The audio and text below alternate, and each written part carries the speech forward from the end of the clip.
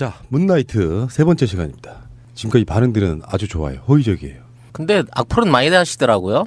네, 지난 시간에 미국에 대한 미국의 모라토리움설을 얘기를 했는데 미국이 폭삭 망한다는 게 아니라 미국의 국제사회 안에서의 여러 가지 조약과 약속들을 분명히 얘네들이 빵꾸를 낸다라는 점을 경고를 했었고 이것들이 나토 가서도 빵꾸를 내고 EU하고도 빵꾸를 내고 있는데도 불구하고 세세한 모라토리움들이 진행되고 있는 상황을 비판하시는 분들이 계시더라고요. 미국이 폭삭 망할 수 없겠죠. 완전히 아르헨티나나 우리나라가 IMF 겪듯이 망하진 않을 거지만, 즉 미국이 국제사회 또 금융 질서를 교란시킬 수 있는 여러 가지 부도덕한 경제 행위를 할 수 있다는 점을 우리가 알고 대비를 해야 된다는 차원에서 드린 말씀을 굉장히 원론적으로 받아들이시는 것 같아서 서운했고요. 앞으로 우리 문나이트가 신뢰를 얻기 위해서 더더욱 강력한 경제적 예언을 해야겠다라는 생각을 하게 됩니다. 참, 그럴 수 있는 개연성도 있다. 생각은 해둬야 된다. 이게 미국이 망한다. 이거는 다른 거잖아요. 그렇죠. 근데 미국은 2차, 3차 산업혁명에는 준비를 많이 했었잖아요. 그렇죠. 그런데 그렇죠. 4차 산업혁명에 대해서는 얼마나 어떻게 준비를 하고 있는가에 대해서는 아직 보여지는 게 없어요. 했을 리가 없죠. 부자가 망하는 이유가 그런 것 때문이에요. 새로운 변화에 대처하지 않아. 왜? 잘 살고 있으니까. 지금이 너무 만족하니까. 네, 그렇지. 네. 그리고 사회적인 그 기본적인 그 복지가 발판이 되어야 되는데, 찌라시님이 말씀하고자 했던 것은, 트럼프 정부가 들어오면서 제 생각으로는요, 찌라시님이 말씀하고자 하는 것은 트럼프 정부가 들어오면서 복지라는 복지는 무조건 다 깡그리 무시하고 있던 것도 다 없애는 방향으로 가고 있으니까 그들이 좀 위험하지 않나라는 취재로 말씀하시지 않았나 싶습니다. 네, 맞습니다. 지금의 미국은 4차 혁명, 산업혁명을 준비한다기보다는 마치 30년 전에 베이비부머 세대 이후에 급격한 그 산업 생산이 늘어나던 세대로 돌아가려고 하는 듯한 그런 경제 정책에 목을 메고 있기 때문에 과연 미국의 저런 시도가 세계 경제에 어떠한 영향을 미칠 것인가라는 부분에서 관심을 갖고 지켜봐야 된다는 거. 이걸 다시 한번 말씀드리고 오늘은 기대했던 중국에 관한 멘트를 해보려고 합니다. 찌라시님의 전공. 찌라시의 중국 이야기. 라고 네. 하면서 저까지 들어왔습니다. 네. 사실 이제 얘기를 시작하자면 올 2017년은요. 중국의 정치, 경제, 외교상에 굉장히 중요한 전환점이 되는, 특히 정치적으로 중요한 전환점이 될 수 있는 날입니다. 이게 뭐냐면 2017년 11월에는 앞으로 5년 후에 중국을 이끌어 나갈 차기 지도자를 뽑는 중앙당 대회가 열리죠. 이 중앙당 대회 안에 서열에 따라서 차기의 주석, 부주석, 또 수상 이런 사람들이 이제 일종의 내정 관계에 들어서게 됩니다. 근데 올해 시진핑은 과거에 해왔던 다른 지도자와는 다른 방향의 어떤 권력에 대한 독점 내지는 자기 권력에 대한 어떤 다시 한번 재집권을 노리려고 하는 포석을 깔려는 준비를 하고 있는 거예요. 이게 왜 중요한지 좀 백그라운드를 말씀해 주시는 게 어떨까요? 왜냐하면 그 당 체계 자체가 어려서부터 양성을 하면서 차근차근 올라가서 그 당권을 잡는데, 그러나 지금 시진핑이 하고자 하는 것은 시진핑이 하고자 하는 것은 그동안 이제 약속돼 왔던 집단 지도 체제. 맞습니다. 즉 당과 군권과 그다음에 경제권을 나눠서 지배를 해왔던, 즉 당서기와 군사주석과 경제를 총괄하는 공무원의 총리가 그 권한을 나눴던 것 자체를 통합하려고 하는 시도를 보이고 있고, 매 10년마다 새로운 정권이 탄생할 수 있도록 그 새로운 후계자에게 바톤을 넘기는 이 체제를 이번에 무력화하려는 시도를 준비하고 있는 정황이 보인다는 거죠. 예를 들어서 가장 대표적인 게 칠상팔아라 그래가지고 57살이 넘으면, 그러니까 67살이 넘게 되면 이런 그 주요 요직의 자리에서 물러나줘야 되는 거예요. 차기에 자기가 집권해야 될, 즉 2022년도에 가서 5년 후에 가서 나이가 67이 넘어가게 되면 더 이상 정권의 그 현직을 맡지 않고 물러나게 되는 이런 그 일종의 묵계가 있었던 거죠, 당 안에서. 네. 근데 시진핑의 나이가 2022년이 되면 딱 68살이 됩니다. 그래서 원칙대로 하면 시진핑은 이번까지만 그 국무위원으로서 또는 수상과 서기로서 역할을 하고 은퇴를 해야 되는 거죠. 근데 그 은퇴를 하려는 시도 자체를 뒤로 미루고 있는 거예요. 그래서 그 대표적인 동지 세력의 한 사람인 지금의 규율위원장이었던 현재의 왕치산을 올해 68의 나이임에도 불구하고 유임을 시켰습니다. 이건 공산당 정치상 처음 있는 일종의 폭거죠. 오. 그동안은 원래 정년퇴직으로 그만뒀어야 되는 사람인 건데 이 사람을 유임시킴으로 인해서 자기도 다음번에 68이 됐을 때 판례를 남겨놓는 거죠. 2022년에 나 수상 한 번 더 할 거야. 아니면 주석 한 번 더 할 거야. 아니면 당석이 한 번 더 할 수 있어라는 여지를 남겨놓고 가는 겁니다. 더더군다나 2022년도에 역할을 해야 될 중요 수석 자리들을 9명을 이제 지금 지명을 할 수 있어요. 그러니까 각 당의 분파대로 해서 뭐 지금까지 공산당을 좌지우지하고 있었던 뭐 장점인파라든지 그다음에 공천당, 공산당, 청년당, 그다음에 비서방 또는 뭐 상하이방 여러 지역토 등 그 각자 자기 위치 안에서 그 역할을 분배해야 될 사람들 조직 안에서 얼마나 많은 사람의 숫자를 시진핑파로 끌어넣느냐 이 점에 적극적인 투자를 하고 있다는 것이죠. 그러니까 세력을 모으는 그렇죠. 거죠. 자기 세력. 그러니까 자기 편을 들어주고 나 다음번에 나 한 번 더 나갈래 했을 때 네 그러세요라고 손을 들어줄 수 있는 그런 배후 세력들을 끌어모으고 있는 겁니다.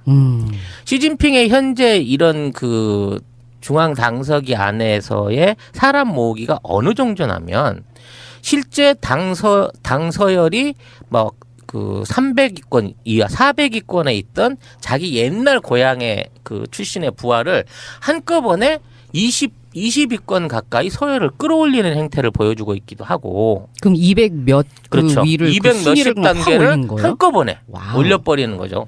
그런 폭발적인 어떤 그 자기 신복에 대한 승진을 이루게끔도 하고 있거니와 이 중국에는 이제 성과 각 자치구가 있고 네. 뭐 특별현이 있고 이렇죠.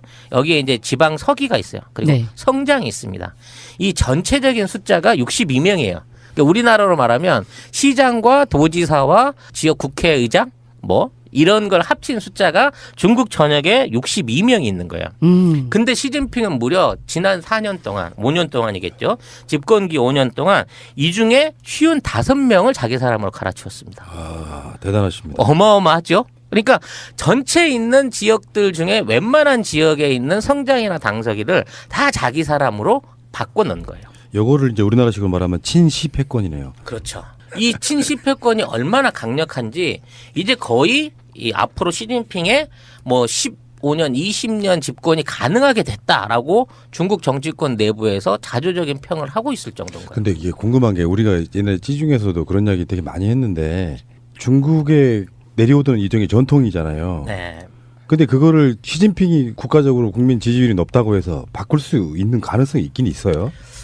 사실 이거는 어찌 외부적인 시선으로 보게 되면 시진핑 개인의 독재다라고 얘기할 수 있지만 시진핑 개인이 어떤 특별한 목적 의식 없이 자기 권력과 자기 이익을 추구하기 위해서 만약 이런 식의 정치 개혁을 한다고 치면 이건 쿠데타를 막거나 주변 세력들한테서 비토를 당하게 되는 경우가 생기겠죠. 그런데도 불구하고 지금 시진핑의 인기가 유지되고 어쩌면 시진핑한테 이렇게 한 번 더 기회를 줘야 될지도 모른다라는 공산당 내부의 위기의식이 있어요. 바로 이 부분이 있기 때문에 시진핑도 그러한 당의 장악력을 가질 수 있는 거고 또 그러한 시도를 할 수 있다는 거죠. 그럼 한 발 더 나가서 그것도 가능하지 않나 싶어요. 그러니까 지금 말씀하신 것 중에 위기의식이라는 게 만약에 시진핑이 물러나거나 그렇게 됐을 때 쪽으로 국민이 나라의 대표자를 뽑는 형태로 발전할 수 있는 가능성이 있다는 거죠. 그럴 가능성은 아직까지는 희박합니다. 다만 정치 체계 자체가 직접 선거는 할 수 없겠죠. 뭐 13억이 넘는 인구가 직접 선거를 한다고 하는 것은 거의 힘든 거고요. 뭐 인도 같은 경우에도 그런 식의 어떤 직접 선거를 이루기에는 인구상으로 어려움이 있어요. 다만 인민 대표들에 인한 간접 투표, 총통제 또는 내각제와 비슷한 형태의 간접민주주의 형태로의 개헌도 어쩌면 시도가 될 수 있겠다고 봅니다. 근데 이제 오늘 그거는 중국이 선택할 문제인 거고, 그럼 왜 중국은 이러한 선택을 직감적으로 강요받고 있고 수용해야 되는 위기 상황에 처해 있는가를 알아야 우리가 중국을 이해하고 그런 중국에 대한 대책을 세울 수 있다는 면에서 이번 1시간은 그런 부분에 대한 분석을 해보는 시간을 한번 가져볼까 합니다. 분석하기 전에요. 결론으로 봐서 그리고 난 다음에 분석이 들어가면 어떨까 싶은데요. 네네. 시진핑이 예를 들어서 20년을 더 집권을 잡아요. 네. 그러면 첫째, 중국이 시진핑이 그 집권을 함으로써 얻는 것과 거기에 대한 대한민국이 어떻게 포지셔닝을 하면 좋은가, 우리한테 좋은가. 이거 이제 두 가지식으로 결론을 먼저 내려놓고 나자면 세계 경제와 중국의 경제의 어떤 지속적인 발전 네. 또는 유지를 위해서라도 지금 중국의 경제 계획은 절대적으로 필요합니다. 그 경제 계획을 추진하는 데 있어서의 원동력이 결국은 시진핑의 장기 집권이 되는 거예요. 이게 조금 우리 옛날에 개발 시대에 박정희의 독재 논리와 비슷하긴 하지만 그런 거와 의도가 좀 다를 수 있는 게 박정희는 자기 자신의 일가를 위한 일종의 부정부패 형태로 이런 어떤 정권 영장을 기도해 왔다고 치면 이 지금 시진핑이 해나가려고 하는 경제정책의 계획은 중국 자체의 미래와 발전을 위해서 꼭 필요한 부분의 시스템 개혁이기 때문에 이 부분이 필요하다는 면에서 이게 필요한 거고요. 마찬가지로 이러한 개혁을 통해야만이 세계 경제의 추락, 지금 그 경착륙화돼 있는 또는 저성장에 빠져 있는 세계 경제를 새롭게 일으킬 수 있는 원동력이 발생하게 되는 거고. 아, 그렇군요. 옆에 붙어 있는 대한민국 우리도 그 어떤 조류를 따라서 지금에 있는 불경기와 경제 성장의 어려움을 원만하게 해결할 수 있는 동력을 얻어낼 수 있다는 게 저의 결론인 것이죠. 아, 그럼 이제 우리는 어떻게 준비해야 될 건가를. 네. 네. 그것을 알아봐야 하기 때문에 지금 중국은 어떤 상태인가? 경제적으로 이 부분을 한 지난 20년, 30년을 간단히 정리해서 얘기를 해보려고 합니다. 예, 알겠습니다. 잠시 후에 오겠습니다. 중국은 정말 바로 옆에 있는 나라이기도 하고, 그래서 중국을 아는 것이 어쩌면 우리 외교의 반을 아는 것이다 이렇게 얘기하시는 분도 있고요. 그래서 우리 한중경제연구소 송명훈 소장님이 중요한 역할을 하셔야 됩니다. 아, 정말 제 자신에 대한 어떤 역할론에 대해서 요즘은 정말 자부심도 느끼고 있고 밤잠을 못 자고 있습니다. 그렇죠. 국가와 민족을 위해서. 네, 국가와 민족을 위해서 무엇으로 헌신할 수 있을까에 대한 아주 투철한 사명의식으로 오늘 방송을 하게 되네요. 알겠습니다. 시작하십시오. 중국의 시진핑이란 지도자가 등장하기까지 굉장히 많은 그 세대 변화가 있었습니다. 5세대 지도자라고 하는데요. 그 이전에 이제 모택동이 등장해서 중국의 경제를, 중국의 개국을 도왔고 그걸 운영하는 과정에서 이제 경제 실패를 이뤘습니다. 그래서 세계 최빈국으로 중국이 이제 떨어지게 됐죠. 그래서 중국 인민들이 굶어 죽는 사태가 빈번해지자 약 5천만 명 이상이 굶어 죽었다고 해요.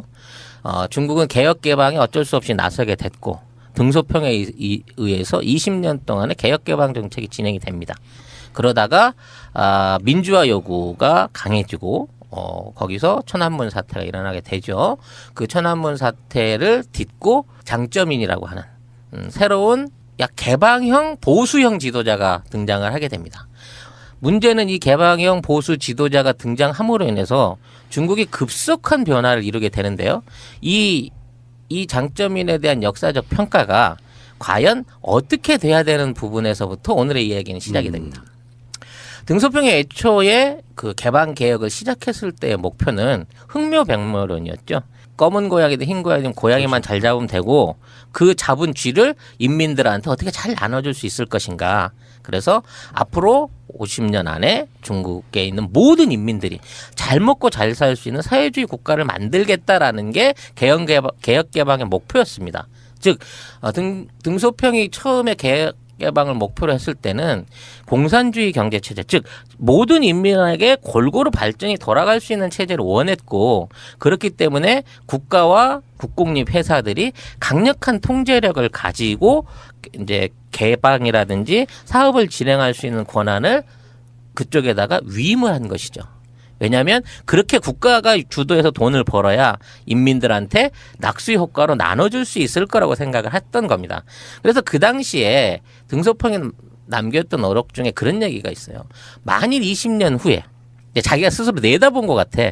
중국의 억만장자가 등장한다고 하면 나의 개혁 개방은 실패한 것이다 라고 미리 선언을 했어요. 그게 무슨 얘기냐면 중국이 돈을 벌더라도 지금에 있는 자본주의 경제의 모양을 받아들여 갖고 부자만 부자 되고 가난한 사람이 가난해지는 형태, 즉 빈부의 격차가 커지는 형태의 경제 체제가 만들어져서는 중국이 망한다라고 20년 전에 이미 예언을 했던 거죠. 근데 장점인은 이 자기가 쥐고 있는 권력, 그러니까 사실 장점인도 천안문 사태에 의해서 그 사태를 이제 강제 진압하는 과정에서 군권을 먼저 이양을 받았고 그 후에 당서기를 이양받았던 만큼 준비 없이 갑자기 등장한 지도자였어요. 그렇기 때문에 경제적 부분 안에서의 참모가 부족했죠. 정책이 부족했기 때문에 이 모든 권한들을 나눠 가져버린 겁니다. 즉 무슨 얘기냐면 군권이라든지 권력의 핵심에 있는 사람들에게 대자본을 이용할 수 있고 외국과의 거래를 틀 수 있는 일종의 특혜를 양산함으로 인해서 거대한 공룡 같은 국영기업을 키웠고 그 국영기업이 발전하는 모든 수혜를 일부 경영자들, 즉 권력의 배후 핵심들이 싹쓸이를 해간 거예요. 그래서 지금 중국의 경제를 만들어낸 3대 원인은 값싼 노동력이 있을 것이고요. 그리고 무제한 대의 정책금융이 있습니다. 그리고 커다란 내수 시장이 있었던 거죠. 즉 중국의 거대한 인구를 시장으로 바라본 외국의 자본들이 막 몰려 들어왔을 때 그 자본들을 받아들여서 국제적인 기업을 세우고 그 기업을 키워나가는 데 있어서 값싼 노동력과 어마어마한 정부의 무제한대의 금융 지원을 받아가지고 전 세계 유례가 없는 급속 성장하는 공룡 기업들을 키워낸 거예요.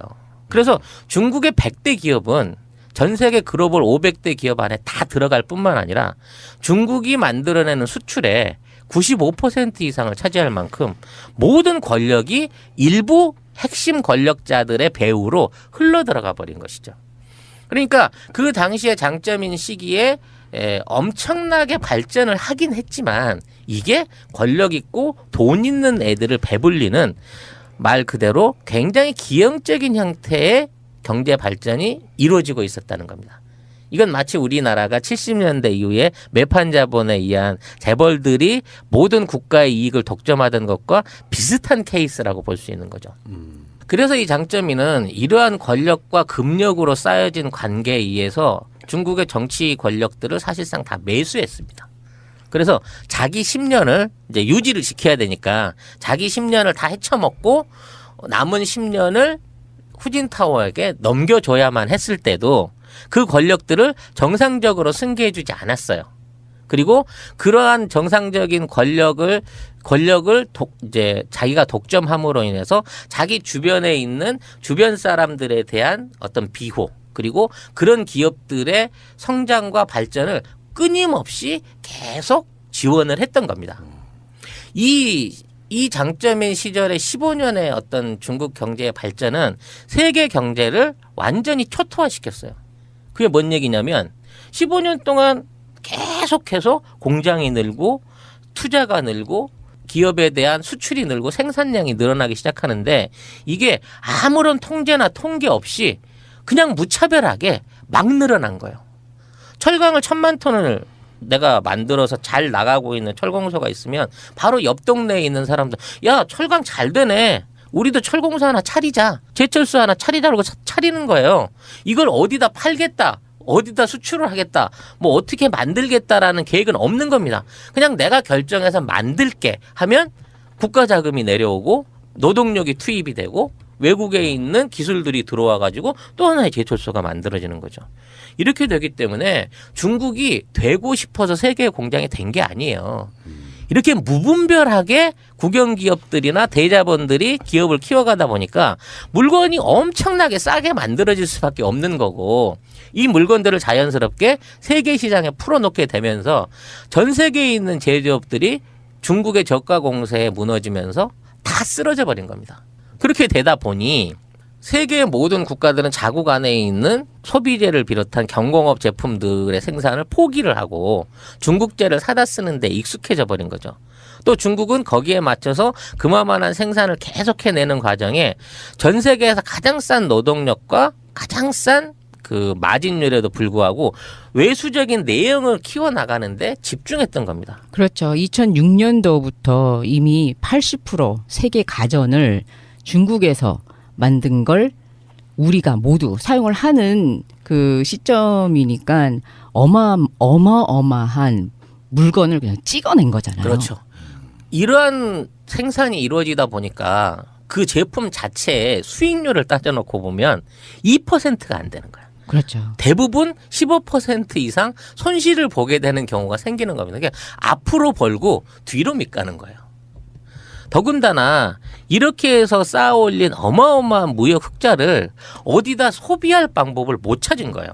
이게 왜 그러냐면 중국 기업이 돈을 벌게 되면 이제 뭐 제조업을 비롯한 100%의 기업이 있다고 하면 그 모든 수익 중에 2%도 안 되는 금융기업, 즉 돈을 빌려줬던 국책은행이 그 모든 소득의 55%를 다 땡겨갖고 오는 겁니다. 즉 이자로 해가지고 중국의 모든 공기업들이 벌어들인 돈들이 계속해서 국책은행에 가서 쌓이는 거예요. 근데 이 국책은행은 민간하고 거래를 하지 않거든요. 기업들하고만 거래를 하기 때문에 맞습니다. 자, 이 돈을 민간에게 대출을 해주든 이 돈으로 뭐 사업을 해가지고 민수를 일으킬 수 있는, 소비를 지향시킬 수 있는 방향으로 쓸 수가 없는 거예요. 그럼 그렇게 쌓인 돈 갖고 뭐를 했겠어요? 계속 미국 채권을 사들이는 거죠. 그 돈을 어디다 보관할 방법이 없으니까. 그러니까 미국 입장에서는 쟤들 완전히 봉이야. 물건은 싸게 주지, 우리 국채는 비싸게 사주지, 찍으면 찍는 대로 쟤들이 다 사주지. 그러니까 미국 입장에서는 최고의 호황이다. 우리 이제 니나노야.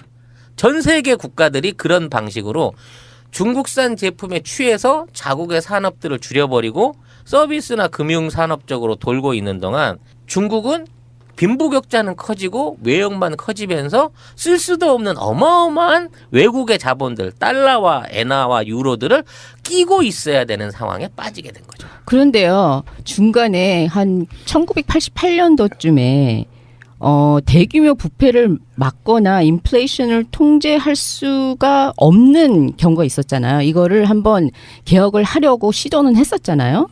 정확한 시점이 그 시점입니다. 네. 98년도를 전후해서 2000년대 초반까지 88년. 88년을 네. 비롯해서 2000년대 초반까지 네. 지금의 중국의 산업 구조를 바꿔야 된다. 이 중국 경제 개혁이죠. 경제를 개혁해야 된다는 내부적인 목소리들이 많았는데 맞습니다.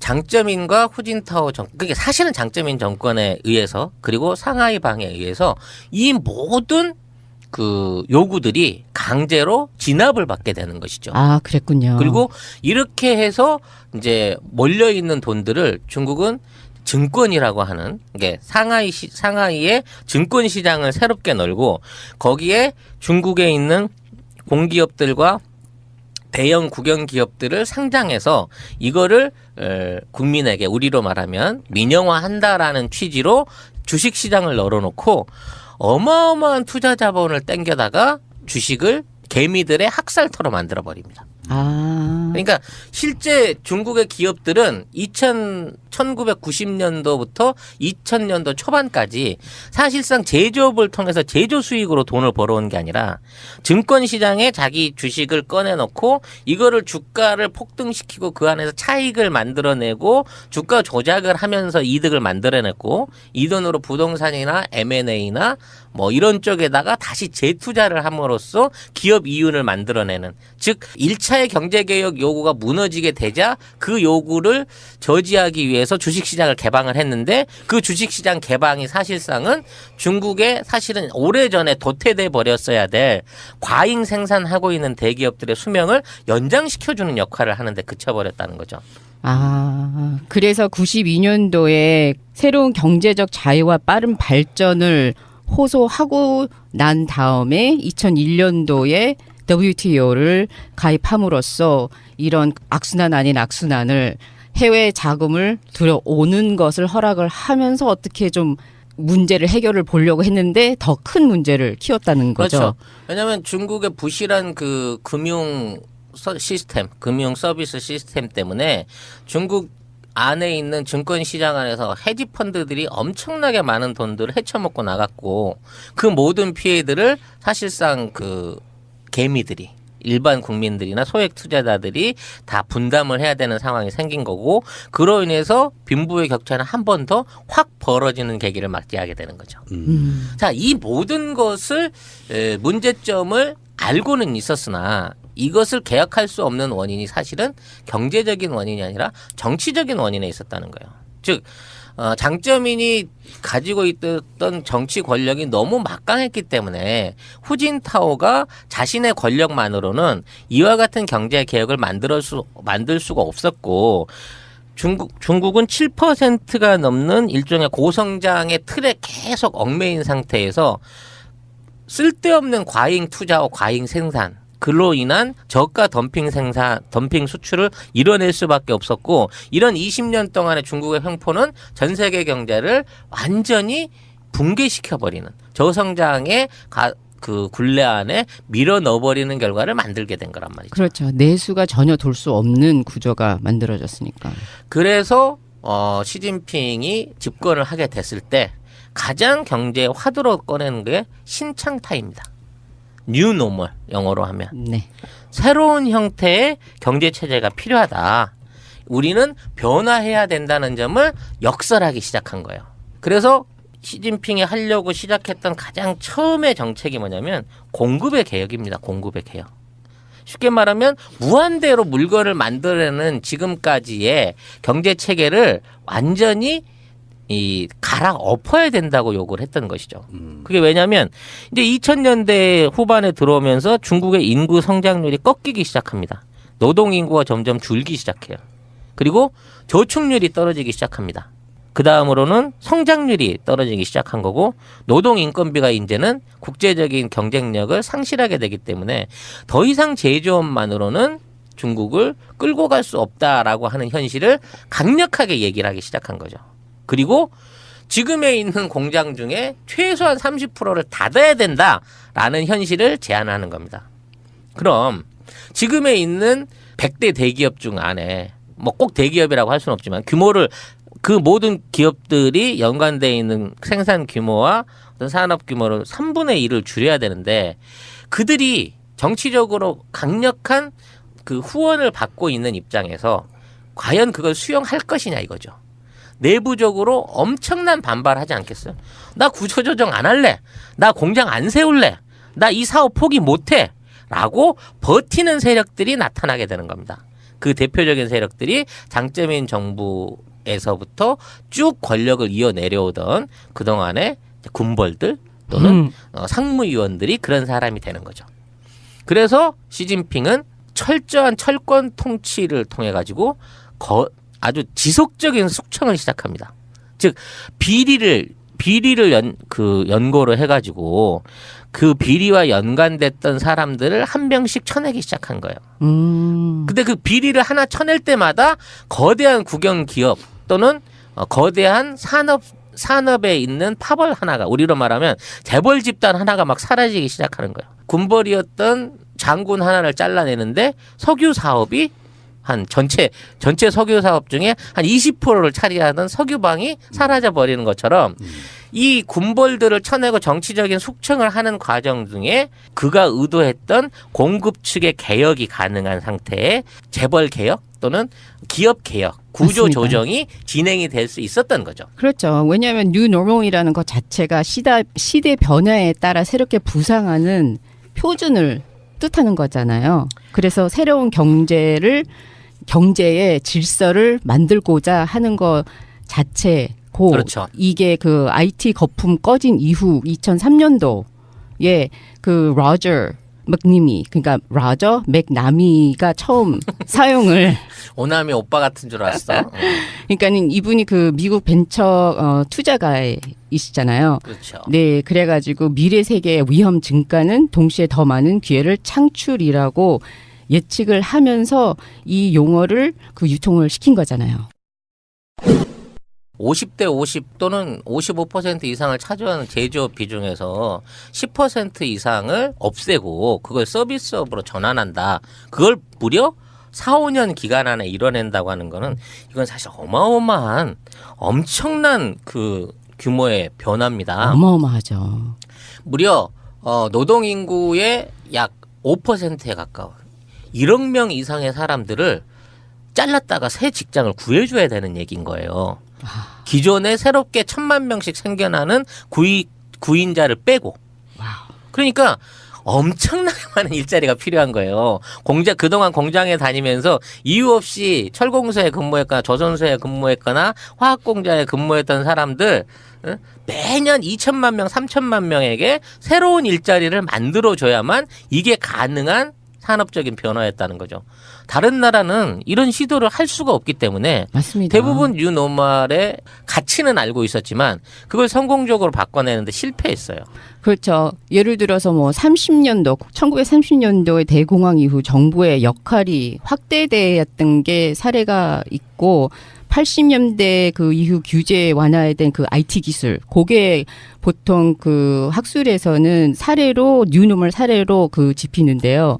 그때는 정말 인구가 이 정도도 아니었고 정말 단기간에 이런 어마어마한 그 시프트를 만드는 이 사례는 없었죠.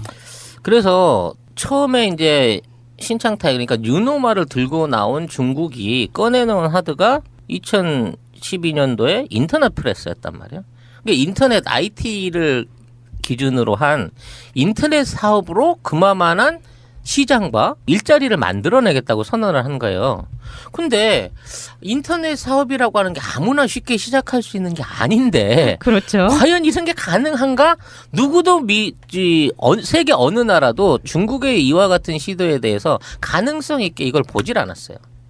근데 막상 이렇게 시작한 인터넷 그 플러스 사업, 쉽게 말하면 IT 산업이죠. 근데 우리랑 달랐던 게 뭐냐면 모바일을 기본으로 했기 때문에 기본적으로 유선 인터넷이 주류를 이루고 있던 다른 나라에 비해서 크게 소비적인 추가 투자에 대한 부분이 많이 필요가 없었고, 자, 이런 그 인터넷을 통한 이제 물건에 대한 쇼핑, 그다음에 배송, 그리고 이와 연관되어 있는 각종 서비스 산업들이 본격화되는 속도가 엄청나게 빨랐다는 거예요. 이게 그만큼 빠른 어떤 그러니까 휴대폰의 어떤 공급, 그 다음에 어떤 휴대폰 기술의 개발이 따라왔기 때문에도 가능한 것이지만 새로운 그 소비 시장을 만들어내는 이 인터넷의 시장이 매년 40% 이상 성장을 했고 게임이라든지 IT와 관련된 사업들은 70% 가까운 성장을 보이면서 엄청난 부를 일으킬 수 있는 황금 시장을 이제 열었던 것이죠. 그리고 여기에 또 하나의 그 중요한 역할을 했던 게 공유 경제라고 하는 또 새로운 아이템이었던 거예요. 이거는 공산주의 경제였기 때문에 이게 가능했을 걸로 보이지만 모든 종류의 자산을 기본적으로 공유할 수 있는 시스템에 중국의 모든 국민들이 쉽게 접근하고 사업을 시작하는 거예요. 처음에는 차를 빌려서 공유하기 시작했고요. 그 다음은 집을 빌려서 공유하기 시작했고, 그 다음은 노동을 빌려서 공유하기 시작했고, 그 다음은 모든 종류의 금융거래와 자산들까지도 완벽하게 이 공유 경제 안에 흘러 들어온 것이죠. 이게 불과 4년 만에 이루어졌다는 거예요. 그래서 이게 이제 어느 정도까지 영향력이 있었냐면 우버 택시라고 불리는, 쉽게 말하면 개인이 자가용 택시 영업을 하는 회사를 차렸단 말이에요. 그렇죠. 그래서 이게 본격 사업이 시작되면서 전 세계에 있는 많은 자본들이 들어와서 여기에 중국 시장을 먹기 위해서 투자가 됐었지만 중국에 있는 토종업체가 젊은 청년이 창업한 디지출싱이라고 하는 우리로 말하면 벤처 기업이 중국 전역 시장을 다 먹어버리고 미국의 거대 회사였던 우버마저도 못하는 채 중국 시장을 독점을 하게 돼요. 그리고 텐센트 같은 회사나 알리바바 같은 회사들이 인터넷 금융과 인터넷 쇼핑으로 전 세계 최고의 어떤 플랫폼과 매출액들을 갱신해 나가기 시작하고 그런 모든 회사들이 폭발적인 성장을 하게 됩니다. 중국 안의 인터넷 인구는 기하급수적으로 늘어나고 여기에 종사하는 사람들이 지속적으로 늘어나면서 연간 이 IT 산업 안에서만 5천만 개 이상의 새로운 일자리가 실제 창출이 돼요. 그리고 그 안에서 엄청난 신흥 부자들이 막 만들어지기 시작하는 거죠. 아, 시진핑이 그럼 시대를 잘 타고 난 거네요. 왜냐하면 보통 그 뉴노멀이라고 하면 보통 애널리스트들이 그 뉴노멀하고 감속이라고 보통 보거든요. 그래서 굉장히 부정적으로 보고 있는데 시기적절하게 지금 그 테크놀로지도 기술도 기반이 돼 있으니까 짧은 시간에 빠르게 움직일 수 있는 그 기반을 만들어준 거죠. 우리가 여기서 이제 시사점으로 받아들여야 될 것은 사실상 중국의 IT 기술을 전파하고 중국의 지금 모바일 기술을 비롯한 중국의 IT 산업의 기초가 됐던 플랫폼과 모델을 제공했던 나라가 우리나라였다는 거예요.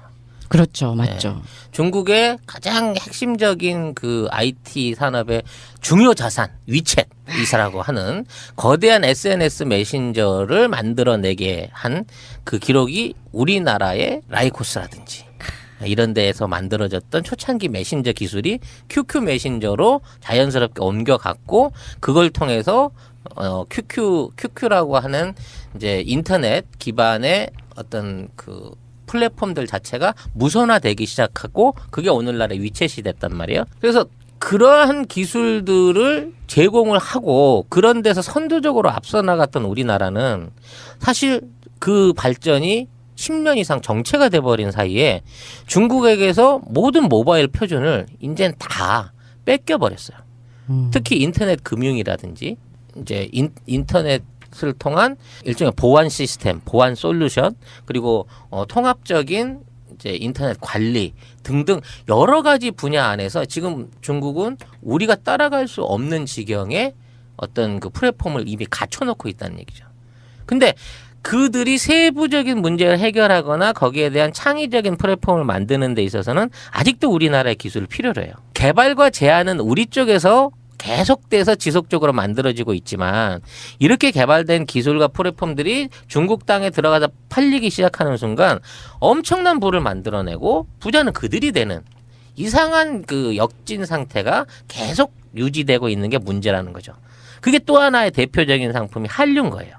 우리나라 한류 드라마나 한류 영화 뭐 여러 가지 한류 상품들이 중국에서 히트를 치고 있다고 하니까 그 자체가 그 어마어마한 그 중국 시장의 베니핏 그러니까 수익들이 다 우리 것으로 알려져 있지만요.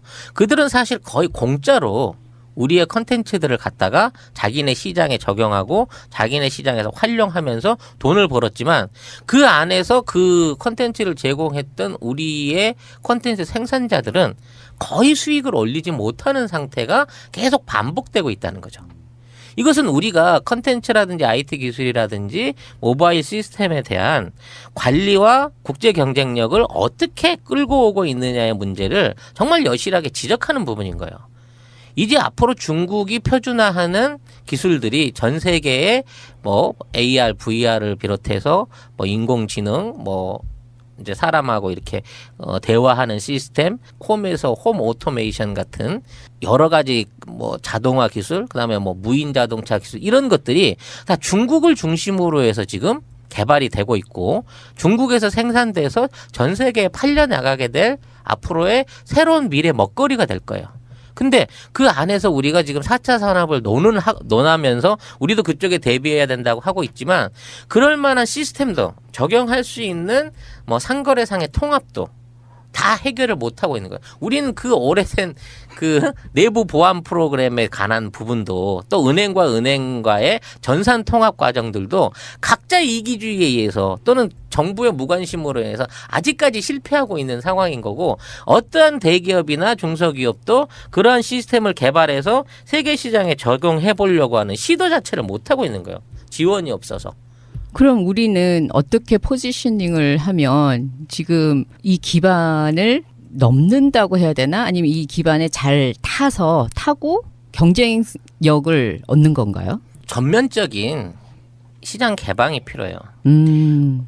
자, 너하고 나하고 똑같이 시장을 창고를 활짝 열고 너랑 나랑 서로 같이 벌어서 나눠 먹자라고 했을 때 우리가 우리 곳간에서 나갈 수 있는 자산하고 우리가 저쪽 곳간에서 꺼내 먹을 수 있는 자산하고의 차이는 엄청나게 커요. 그럼에도 불구하고 우리의 대기업이나 뭐 여러 가지 컨텐츠에 대한 어떤 우월함을 갖고 있다고 하는 사람들은 야 그거 곳간 내주면 걔들이 우리 꼭함 다 빼먹잖아라고 생각을 하는 아직 전 근대적인 방식의 개방에 대한 소극적인 그런 태도들이 결국은 나중에 그들이 우리 기술을 카피하고 베끼고 연구하고 또 거대 자본을 투입해갖고 우리를 오히려 잡아먹어버리는 형태를 만들고 있다는 거예요. 그러니까 좀 더 우리가 대륙 진출을 위한 또는 중국과 전 세계를 전제로 한 어떤 새로운 무역과 IT와 제품 개발이 이루어질 수 있는 이런 교류 체계를 미리 만들어야 된다는 거죠.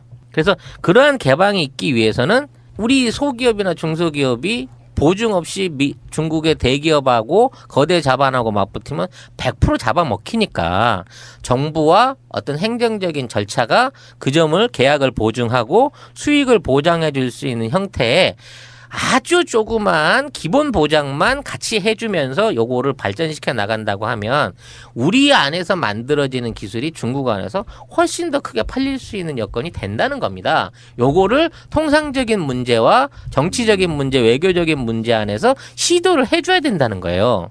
단편적인 예로 우리나라에서 모바일 게임이나 인터넷 게임을 만들잖아요. 그러면 국내 시장 기껏 해봐야 100억도 안 된단 말입니다. 근데 이거를 중국에 가서 퍼블리싱을 하면 3천억, 4천억 가까운 매출을 올릴 수가 있어요. 근데 퍼블리싱 해주는 애들이 그냥 단순하게 자기네 사이트에서 운영만 시켜주면서 수수료를 80% 이상씩 뜯어가요.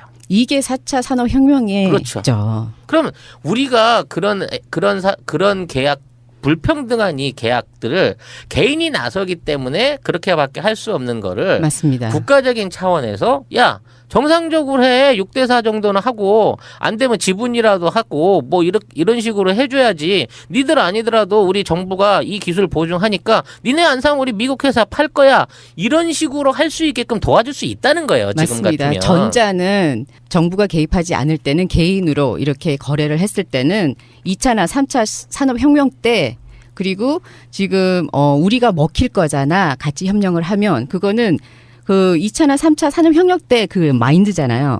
그래서 우리가 의식과 생각의 전환을 조금만 하다 보면 더 큰 블루오션이 지금 기다리고 있는데. 그렇죠. 이제 앞으로 AR, VR을 비롯한 엄청나게 많은 새로운 콘텐츠, 뭐 입체 그 홀로그램을 비롯해서 여러 가지 새로운 기술과 콘텐츠들을 필요로 하고 있고 이러한 창의적인 콘텐츠를 만들어내는데 가장 빠른 적응력을 보이는 게 대한민국의 어떤 기술자고 우리의 민족성이라고 보면 앞으로 중국이 발전하는 데 따라 중국이 제조업을 하겠다. 지금처럼 계속 철강 산업하고 조선업을 하고 자동차를 만들어 파는 게 목표라고 하면 우린 중국을 영원히 따라잡을 수 없을 거예요. 인구가 그렇게 많은데. 근데 중국이 앞으로 4차 혁명에 입각한 새로운 아이디어와 새로운 정보를 필요로 하고 새로운 콘텐츠에 대한 욕구를 가진다고 하면 콘텐츠는 국경이 없는 거거든요. 맞습니다. 우리의 자체적인 콘텐츠와 문화적 자산 창의력이 충분히 상품성을 띌 수 있고 이 상품이 중국이라고 하는 베이스를 통해서 세계로 커나갈 수 있는 어떤 역동적인 우리의 일종의 인큐베이터가 될 수 있다는 점을 정책적으로 만들어줘야 된다는 얘기예요. 그렇죠. 애초에 그 2010년 초반에 시진핑이 국내 와서 모 대학에서 강의를 했었을 때, 자, 한국 안에서 아이디어와 어떤 그 창업의 의지를 가진 대학생들은 중국에 오너라. 우리가 모든 지원을 내국인과 똑같이 해줄게. 오히려 니네들이 뭐 장학금이라든지 숙소 제공이나 이런 거 더 할애해서 줄 테니 자 부족한 우리의 콘텐츠를 늘리기 위해서 한국에서 중국으로 들어오너라라는 제안을 했었어요. 이게 실제 있었던 강연 내용입니다. 근데 우리는 창조 견제를 한다고 해놓고 그런 제안에 발맞춘 어떠한 지원 체계라든지 그런 부분에 대한 어떤 그 인큐베이팅을 아예 하지 않았어요. 그렇죠. 의식 자체가 네. 없었으니까. 그냥 중동에 가서 간호사를 하라든지 아르헨티나에 가갖고 IT 산업을 하라고 권했죠.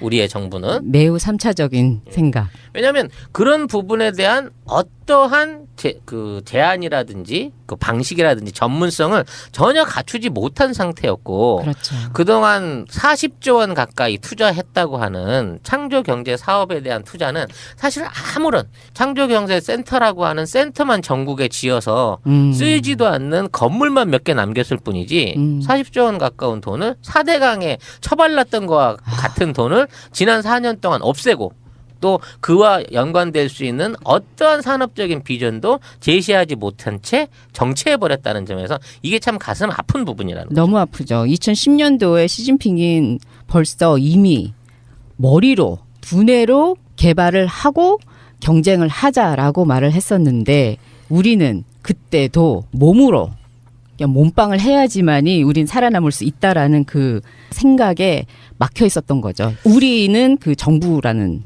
뜻으로. 그래서 이제 오늘의 화두를 꺼내놓고 보면 자 시진핑이 지금 자기도 아마 깜짝 놀랄 거예요. 왜냐하면 일반적으로 뭐 그 인터넷 시장 규모가 40% 성장한다, 게임 산업 규모가 70%씩 성장한다. 이거는요 했으니까 했다 그러는 거지. 이거 어떻게 해서 이루어졌는지도 잘 몰라요. 근데 거기에 국가가 집중을 하고 국민들이 또는 젊은 사업자들이 야 그쪽에 니들이 투자하면 무제한 대로 도와줄게. 망해도 괜찮아.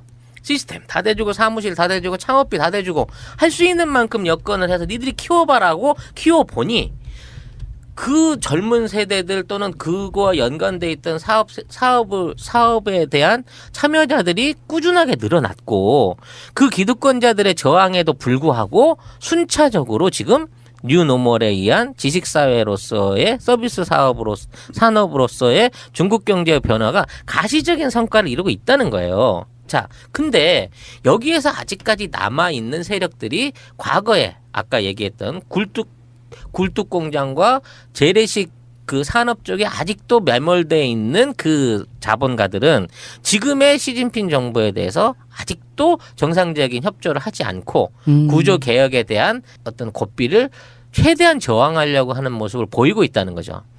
그래서 올 전당대회 안에서 지금에 있는 시진핑 정권의 어떤 안정적인 재창출 또는 정권 연장의 시도가 실패하게 된다고 하면 지금 남아있는 장점이나 후진타오의 과거 세력들이 다시 정권을 잡게 됐을 때 이마만큼 준비해왔던 중국의 경제의 새로운 변화가 완전히 다른 형태로 무너져 버릴지 모른다는 부분에서 앞으로 중국 경제에 걱정스러운 부분이 있다는 거죠. 그래서 정치적으로 시진핑이 지금 하고 있는 결단을 지금의 중국의 발전과 개혁을 주도하고 가고 있는 세력들은 여기서 운전자를 바꿔 태울 수 없다.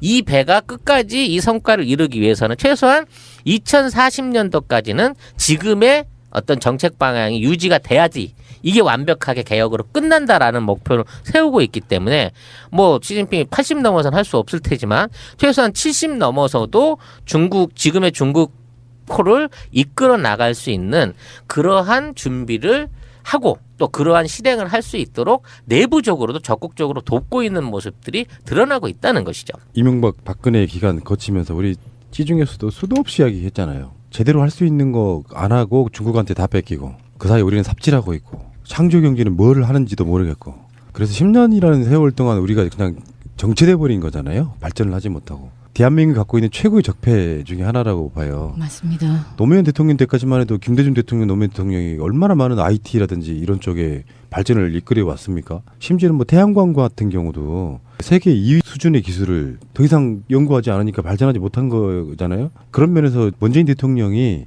시진핑 정권과 어떤 식의 외교를 이끌어내고 4차 산업이나 IT 같은 것들을 어떤 식으로 중국과 이렇게 사실은 이것도 나는 중국과의 협치라고 보는 사람이거든요. 그렇죠. 네. 그렇죠. 중국하고 예를 들어 제조업이나 화학공업이나 조선업 자동차 산업에서 뭔가 협력 경제를 이뤄낸다고 하면 이건 미친 짓이에요.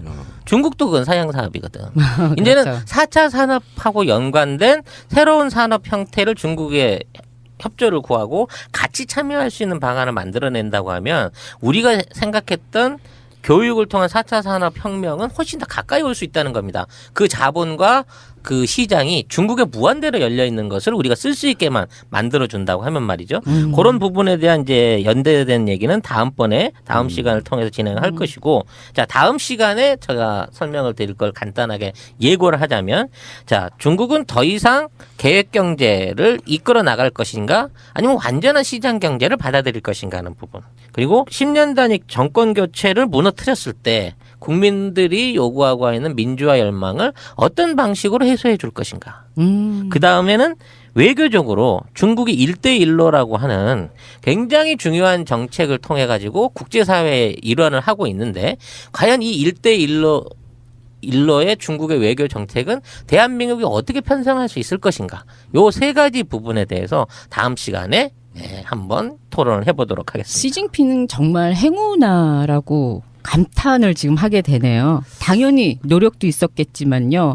걸어온 발자취를 보면 의도치 않은 순간에 타이밍이 정말 절묘했고 너무나도 중요했다고 네. 보여요. 그 시진핑이라는 인간의 인물평에 대해서는 한번 다시 얘기할 기회를 가져야 될 건데요. 저는 개인적으로 시진핑이 굉장히 무능한 사람이고 굉장히 무식한 사람이고 굉장히 자기 자신의 능력이 부족함을 알고 있는 사람이라고 생각합니다. 본인은 알면 예, 그렇기 때문에 먹고 들어가는 거죠. 그는 주변에 있는 시스템과 우수한 사람들의 조언을 적극적으로 받아들여서 정책에 받아들이는 일종의 자기 자신을 낮추고 천재네. 자기 말을 줄이고 자기 주장을 줄이고 주변 사람들을 앞세우는 정치를 해왔어요. 이 부분이 지금 이 시진핑이 여기까지 올 수 있는 그 일종의 원동력이 됐었던 것이죠. 그 부분은 다음 시간에 한번 얘기하는 시간을 만들도록 하겠습니다. 문재인 대통령도 그런 비슷한 얘기를 듣죠. 어떤 타이밍이 하늘이 덮는다 이렇게 하는 것처럼 시진핑도 약간 그런 측면이 있잖아요. 그것은 그냥 얻어지는 게 아니고요. 오랜 시간 동안 노력한 결과물이에요. 사실 알고 보면. 맞습니다. 예. 파도가 들어왔으니 탑시다. 예, 문나이트 세 번째 시간이었고요. 아주 좋은 내용이었습니다. 다음 주에 또 네 번째 시간에서 좀 더 이야기를 해봐야겠습니다. 이걸 알아야 성공한다. 다음 주에 뵙겠습니다. 고맙습니다. 고맙습니다. 수고하셨습니다. 정상적인 권력을 이제 자기가 독점함으로 인해서 자기 주변에 있는 주변 사람들에 대한 어떤 비호, 그리고 그런 기업들의 성장과 발전을 끊임없이 계속 지원을 했던 겁니다. 이 장점인 시절의 15년의 어떤 중국 경제의 발전은 세계 경제를 완전히 초토화시켰어요. 그게 뭔 얘기냐면 15년 동안 계속해서 공장이 늘고 투자가 늘고 기업에 대한 수출이 늘고 생산량이 늘어나기 시작하는데, 이게 아무런 통제나 통계 없이 그냥 무차별하게 막 늘어난 거예요. 철강을 1000만 톤을 내가 만들어서 잘 나가고 있는 철공소가 있으면 바로 옆 동네에 있는 사람들, 야, 철강 잘 되네, 우리도 철공소 하나 차리자, 제철소 하나 차리자, 그러고 차리는 거예요. 이걸 어디다 팔겠다, 어디다 수출을 하겠다, 뭐 어떻게 만들겠다라는 계획은 없는 겁니다. 그냥 내가 결정해서 만들게 하면 국가 자금이 내려오고 노동력이 투입이 되고 외국에 있는 기술들이 들어와 가지고 또 하나의 제철소가 만들어지는 거죠. 이렇게 되기 때문에 중국이 되고 싶어서 세계 공장이 된 게 아니에요. 이렇게 무분별하게 국영기업들이나 대자본들이 기업을 키워가다 보니까 물건이 엄청나게 싸게 만들어질 수밖에 없는 거고, 이 물건들을 자연스럽게 세계 시장에 풀어놓게 되면서 전 세계에 있는 제조업들이 중국의 저가 공세에 무너지면서 다 쓰러져 버린 겁니다. 그렇게 되다 보니 세계의 모든 국가들은 자국 안에 있는 소비재를 비롯한 경공업 제품들의 생산을 포기를 하고 중국제를 사다 쓰는 데 익숙해져 버린 거죠.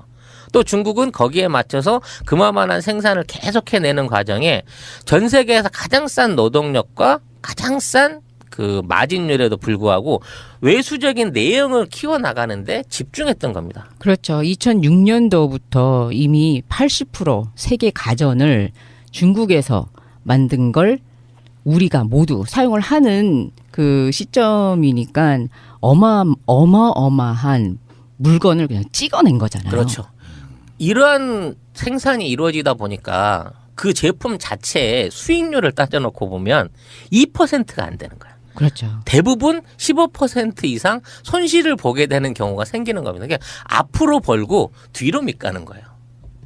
더군다나 이렇게 해서 쌓아 올린 어마어마한 무역 흑자를 어디다 소비할 방법을 못 찾은 거예요. 이게 왜 그러냐면 중국 기업이 돈을 벌게 되면 이제 뭐 제조업을 비롯한 100%의 기업이 있다고 하면 그 모든 수익 중에 2%도 안 되는 금융기업, 즉 돈을 빌려줬던 국책은행이 그 모든 소득의 55%를 다 땡겨갖고 오는 겁니다. 즉 이자로 해가지고 중국의 모든 공기업들이 벌어들인 돈들이 계속해서 국책은행에 가서 쌓이는 거예요. 근데 이 국책은행은 민간하고 거래를 하지 않거든요. 기업들하고만 거래를 하기 때문에 맞습니다. 자, 이 돈을 민간에게 대출을 해주든 이 돈으로 뭐 사업을 해가지고 민수를 일으킬 수 있는 소비를 지향시킬 수 있는 방향으로 쓸 수가 없는 거예요. 그럼 그렇게 쌓인 돈 갖고 뭐를 했겠어요? 계속 미국 채권을 사들이는 거죠. 그 돈을 어디다 보관할 방법이 없으니까. 그러니까 미국 입장에서는 쟤들 완전히 봄이야. 물건은 싸게 주지. 우리 국채는 비싸게 사주지. 찍으면 찍는 대로 쟤들이 다 사주지. 그러니까 미국 입장에서는 최고의 호황이다. 우리 이제 니나노야. 전 세계 국가들이 그런 방식으로 중국산 제품에 취해서 자국의 산업들을 줄여버리고 서비스나 금융산업 쪽으로 돌고 있는 동안 중국은 빈부격차는 커지고 외형만 커지면서 쓸 수도 없는 어마어마한 외국의 자본들, 달러와 엔화와 유로들을 끼고 있어야 되는 상황에 빠지게 된 거죠. 그런데요, 중간에 한 1988년도쯤에 대규모 부패를 막거나 인플레이션을 통제할 수가 없는 경우가 있었잖아요. 이거를 한번 개혁을 하려고 시도는 했었잖아요. 정확한 시점이 그 시점입니다. 네. 98년도를 전후해서 2000년대 초반까지 88년. 88년을 네. 비롯해서 2000년대 초반까지 네. 지금의 중국의 산업 구조를 바꿔야 된다. 이 중국 경제 개혁이죠. 경제를 개혁해야 된다는 내부적인 목소리들이 많았는데 맞습니다. 장쩌민과 후진타오 그게 사실은 장쩌민 정권에 의해서 그리고 상하이 방에 의해서 이 모든 그 요구들이 강제로 진압을 받게 되는 것이죠. 아, 그랬군요. 그리고 이렇게 해서 이제 몰려 있는 돈들을 중국은 증권이라고 하는 게 상하이의 증권 시장을 새롭게 널고 거기에 중국에 있는 공기업들과 대형 국영 기업들을 상장해서 이거를 국민에게 우리로 말하면 민영화한다라는 취지로 주식 시장을 널어놓고 어마어마한 투자 자본을 땡겨다가 주식을 개미들의 학살터로 만들어 버립니다. 아. 그러니까 실제 중국의 기업들은 1990년도부터 2000년도 초반까지 사실상 제조업을 통해서 제조 수익으로 돈을 벌어온 게 아니라 증권 시장에 자기 주식을 꺼내놓고 이거를 주가를 폭등시키고 그 안에서 차익을 만들어내고 주가 조작을 하면서 이득을 만들어냈고 이 돈으로 부동산이나 M&A나 뭐 이런 쪽에다가 다시 재투자를 함으로써 기업 이윤을 만들어내는 즉 1차의 경제개혁 요구가 무너지게 되자 그 요구를 저지하기 위해서 주식시장을 개방을 했는데 그 주식시장 개방이 사실상은 중국에 사실은 오래전에 도태돼 버렸어야 될 과잉 생산하고 있는 대기업들의 수명을 연장시켜주는 역할을 하는데 그쳐버렸다는 거죠. 아, 그래서 92년도에 새로운 경제적 자유와 빠른 발전을 호소하고 난 다음에 2001년도에 WTO를 가입함으로써 이런 악순환 아닌 악순환을 해외 자금을 들여오는 것을 허락을 하면서 어떻게 좀 문제를 해결을 보려고 했는데 더 큰 문제를 키웠다는 거죠. 그렇죠. 왜냐하면 중국의 부실한 그 금융 시스템, 금융 서비스 시스템 때문에 중국 안에 있는 증권 시장 안에서 헤지 펀드들이 엄청나게 많은 돈들을 헤쳐먹고 나갔고 그 모든 피해들을 사실상 그 개미들이 일반 국민들이나 소액 투자자들이 다 분담을 해야 되는 상황이 생긴 거고 그로 인해서 빈부의 격차는 한 번 더 확 벌어지는 계기를 맞이하게 되는 거죠. 자, 이 모든 것을 문제점을 알고는 있었으나 이것을 개혁할 수 없는 원인이 사실은 경제적인 원인이 아니라 정치적인 원인에 있었다는 거예요. 즉 장쩌민이 가지고 있던 정치 권력이 너무 막강했기 때문에 후진타오가 자신의 권력만으로는 이와 같은 경제 개혁을 만들 수가 없었고 중국은 7%가 넘는 일종의 고성장의 틀에 계속 얽매인 상태에서 쓸데없는 과잉 투자와 과잉 생산 그로 인한 저가 덤핑 수출을 이뤄낼 수밖에 없었고 이런 20년 동안의 중국의 횡포는 전 세계 경제를 완전히 붕괴시켜버리는 저성장의 그 굴레 안에 밀어 넣어버리는 결과를 만들게 된 거란 말이죠. 그렇죠. 내수가 전혀 돌 수 없는 구조가 만들어졌으니까. 그래서 시진핑이 집권을 하게 됐을 때 가장 경제의 화두로 꺼내는 게 신창타입니다. 뉴 노멀 영어로 하면 네. 새로운 형태의 경제 체제가 필요하다. 우리는 변화해야 된다는 점을 역설하기 시작한 거예요. 그래서 시진핑이 하려고 시작했던 가장 처음의 정책이 뭐냐면 공급의 개혁입니다. 공급의 개혁. 쉽게 말하면 무한대로 물건을 만들어내는 지금까지의 경제 체계를 완전히 갈아 엎어야 된다고 요구를 했던 것이죠. 그게 왜냐하면 이제 2000년대 후반에 들어오면서 중국의 인구 성장률이 꺾이기 시작합니다. 노동 인구가 점점 줄기 시작해요. 그리고 저축률이 떨어지기 시작합니다. 그 다음으로는 성장률이 떨어지기 시작한 거고 노동 인건비가 이제는 국제적인 경쟁력을 상실하게 되기 때문에 더 이상 제조업만으로는 중국을 끌고 갈 수 없다라고 하는 현실을 강력하게 얘기를 하기 시작한 거죠. 그리고 지금에 있는 공장 중에 최소한 30%를 닫아야 된다라는 현실을 제안하는 겁니다. 그럼 지금에 있는 100대 대기업 중 안에 어떤 그 플랫폼을 이미 갖춰놓고 있다는 얘기죠. 근데 그들이 세부적인 문제를 해결하거나 거기에 대한 창의적인 플랫폼을 만드는 데 있어서는 아직도 우리나라의 기술을 필요로 해요. 개발과 제안은 우리 쪽에서 계속돼서 지속적으로 만들어지고 있지만 이렇게 개발된 기술과 플랫폼들이 중국 땅에 들어가서 팔리기 시작하는 순간 엄청난 부를 만들어내고 부자는 그들이 되는 이상한 그 역진 상태가 계속 유지되고 있는 게 문제라는 거죠. 그게 또 하나의 대표적인 상품이 한류인 거예요. 우리나라 한류 드라마나 한류 영화 뭐 여러 가지 한류 상품들이 중국에서 히트를 치고 있다고 하니까 그 자체가 그 어마어마한 그 중국 시장의 베니핏 그러니까 수익들이 다 우리 것으로 알려져 있지만요. 그들은 사실 거의 공짜로 우리의 컨텐츠들을 갖다가 자기네 시장에 적용하고 자기네 시장에서 활용하면서 돈을 벌었지만 그 안에서 그 컨텐츠를 제공했던 우리의 컨텐츠 생산자들은 거의 수익을 올리지 못하는 상태가 계속 반복되고 있다는 거죠. 이것은 우리가 컨텐츠라든지 IT 기술이라든지 모바일 시스템에 대한 관리와 국제 경쟁력을 어떻게 끌고 오고 있느냐의 문제를 정말 여실하게 지적하는 부분인 거예요. 이제 앞으로 중국이 표준화하는 기술들이 전 세계에 뭐 AR, VR을 비롯해서 뭐 인공지능, 뭐 이제 사람하고 이렇게 대화하는 시스템, 홈에서 홈 오토메이션 같은 여러 가지 뭐 자동화 기술, 그다음에 뭐 무인 자동차 기술 이런 것들이 다 중국을 중심으로 해서 지금 개발이 되고 있고 중국에서 생산돼서 전 세계에 팔려 나가게 될 앞으로의 새로운 미래 먹거리가 될 거예요. 근데 그 안에서 우리가 지금 4차 산업을 논하면서 우리도 그쪽에 대비해야 된다고 하고 있지만 그럴 만한 시스템도 적용할 수 있는 뭐 상거래상의 통합도 다 해결을 못 하고 있는 거예요. 우리는 그 오래된 그 내부 보안 프로그램에 관한 부분도 또 은행과 은행과의 전산 통합 과정들도 각자 이기주의에 의해서 또는 정부의 무관심으로 인해서 아직까지 실패하고 있는 상황인 거고 어떠한 대기업이나 중소기업도 그러한 시스템을 개발해서 세계 시장에 적용해 보려고 하는 시도 자체를 못 하고 있는 거예요. 지원이 없어서. 그럼 우리는 어떻게 포지셔닝을 하면 지금 이 기반을 넘는다고 해야 되나? 아니면 이 기반에 잘 타고 경쟁력을 얻는 건가요? 전면적인 시장 개방이 필요해요.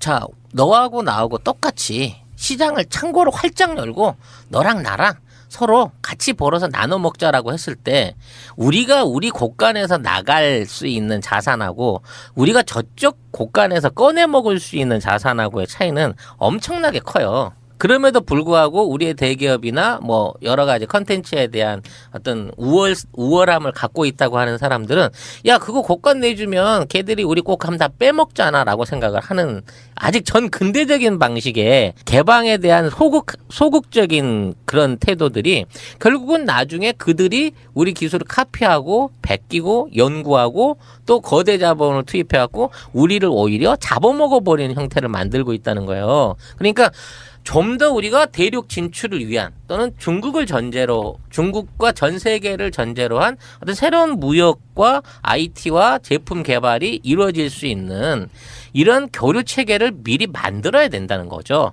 그래서 그러한 개방이 있기 위해서는 우리 소기업이나 중소기업이 보증 없이 중국의 대기업하고 거대 자본하고 맞붙으면 100% 잡아먹히니까 정부와 어떤 행정적인 절차가 그 점을 계약을 보증하고 수익을 보장해 줄 수 있는 형태의 아주 조그만 기본 보장만 같이 해주면서 요거를 발전시켜 나간다고 하면 우리 안에서 만들어지는 기술이 중국 안에서 훨씬 더 크게 팔릴 수 있는 여건이 된다는 겁니다. 요거를 통상적인 문제와 정치적인 문제, 외교적인 문제 안에서 시도를 해줘야 된다는 거예요.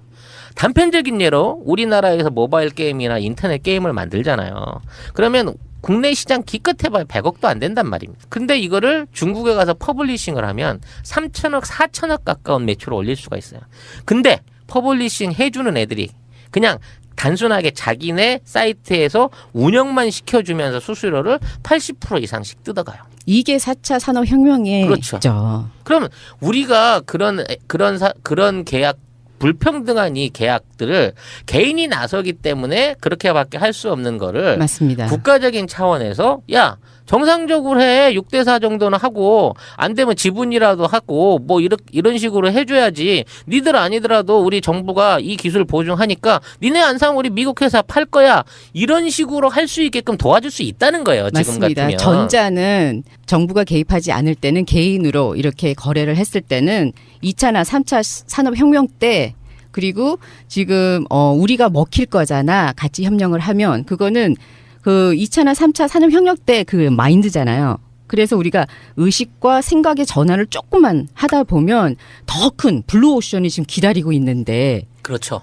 이제 앞으로 AR, VR을 비롯한 엄청나게 많은 새로운 콘텐츠, 뭐 입체 그 홀로그램을 비롯해서 여러 가지 새로운 기술과 콘텐츠들을 필요로 하고 있고 이러한 창의적인 콘텐츠를 만들어내는데 가장 빠른 적응력을 보이는 게 대한민국의 어떤 기술자고 우리의 민족성이라고 보면 앞으로 중국이 발전하는 데 따라서 중국이 제조업을 하겠다. 지금처럼 계속 철강 산업하고 조선업을 하고 자동차를 만들어 파는 게 목표라고 하면 우린 중국을 영원히 따라잡을 수 없을 거예요. 인구가 그렇게 많은데. 근데 중국이 앞으로 4차 혁명에 입각한 새로운 아이디어와 새로운 정보를 필요로 하고 새로운 콘텐츠에 대한 욕구를 가진다고 하면 콘텐츠는 국경이 없는 거거든요. 맞습니다. 우리의 자체적인 콘텐츠와 문화적 자산 창의력이 충분히 상품성을 띌 수 있고 이 상품이 중국이라고 하는 베이스를 통해서 세계로 커나갈 수 있는 어떤 역동적인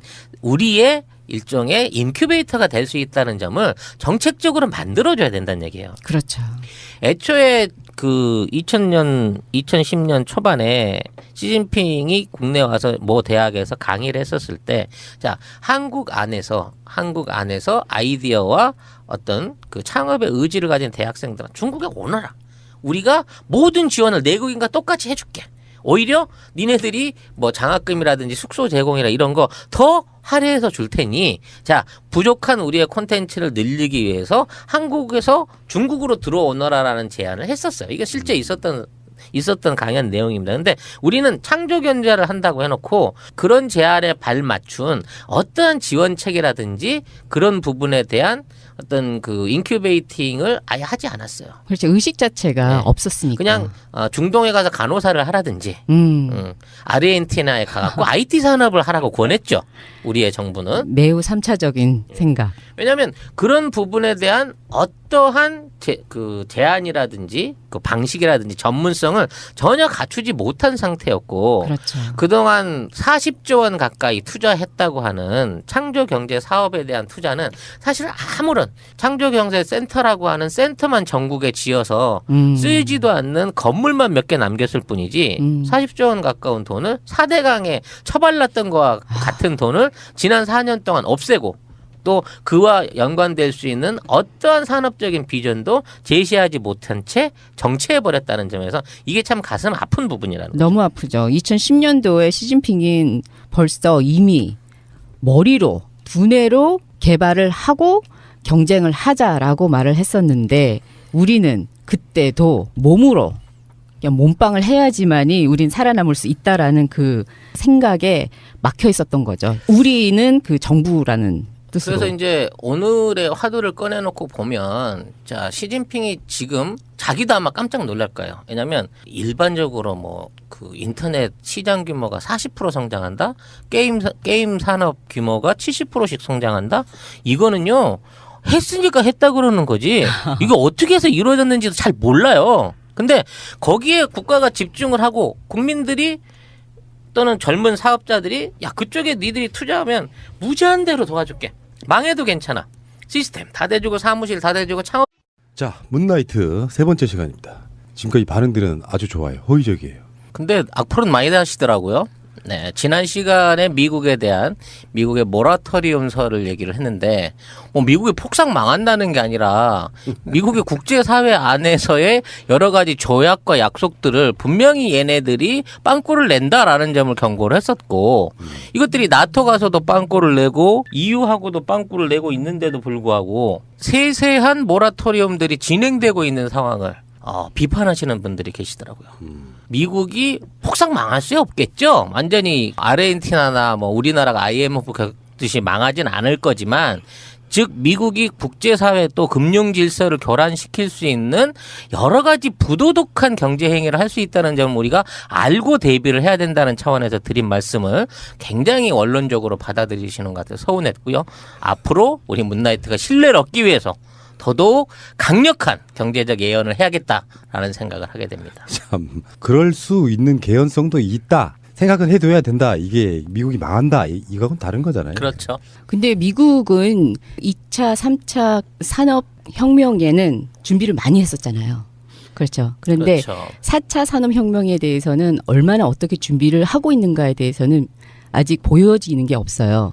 했을 리가 없죠. 부자가 망하는 이유가 그런 것 때문이에요. 새로운 변화에 대처하지 않아. 왜? 잘 살고 있으니까. 지금이 너무 만족하니까. 그렇지. 네. 그리고 사회적인 그 기본적인 그 복지가 발판이 되어야 되는데, 찌라시님이 말씀하고자 했던 것은, 트럼프 정부가 들어오면서 제 생각으로는요, 찌라시님이 말씀하고자 하는 것은 트럼프 정부가 들어오면서 복지라는 복지는 무조건 다 깡그리 무시하고 있던 것도 다 없애는 방향으로 가고 있으니까 그들이 좀 위험하지 않나라는 취재로 말씀하시지 않았나 싶습니다. 네, 맞습니다. 지금의 미국은 4차 혁명, 산업혁명을 준비한다기보다는 마치 30년 전에 베이비부머 세대 이후에 급격한 그 산업 생산이 늘어나던 세대로 돌아가려고 하는 듯한 그런 경제 정책에 목을 메고 있기 때문에 과연 미국의 저런 시도가 세계 경제에 어떠한 영향을 미칠 것인가라는 부분에서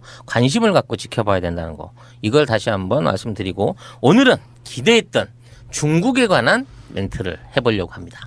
찌라시님의 전공. 찌라시의 중국 이야기. 라고 네. 하면서 저까지 들어왔습니다. 네. 사실 이제 얘기를 시작하자면 올 2017년은요. 중국의 정치, 경제, 외교상에 굉장히 중요한 전환점이 되는, 특히 정치적으로 중요한 전환점이 될 수 있는 날입니다. 이게 뭐냐면 2017년 11월에는 앞으로 5년 후에 중국을 이끌어 나갈 차기 지도자를 뽑는 중앙당 대회가 열리죠.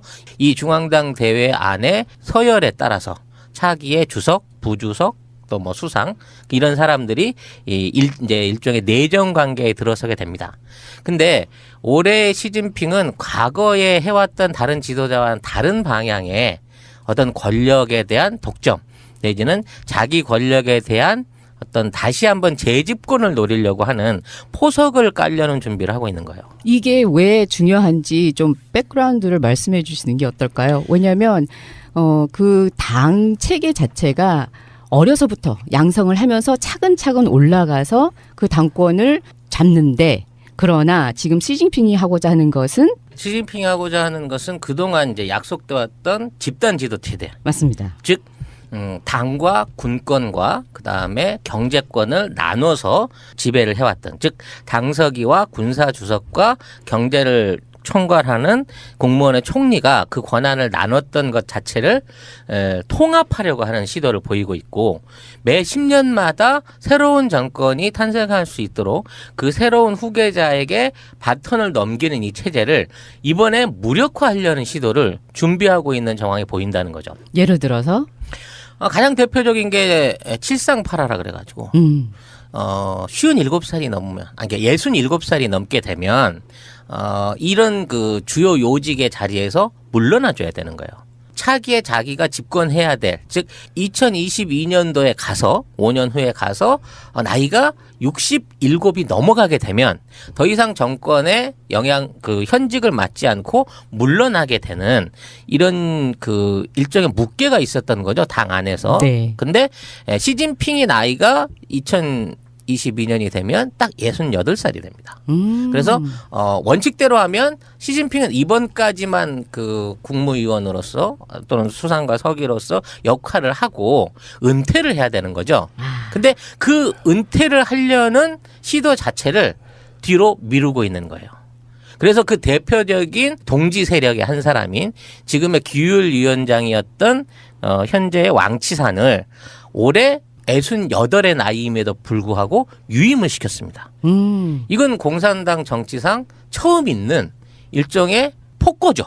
오. 그동안은 원래 정년퇴직으로 그만뒀어야 되는 사람인 건데 이 사람을 유임시킴으로 인해서 자기도 다음번에 68이 됐을 때 판례를 남겨놓는 거죠. 2022년에 나 수상 한 번 더 할 거야. 아니면 주석 한 번 더 할 거야. 아니면 당서기 한 번 더 할 수 있어라는 여지를 남겨놓고 가는 겁니다.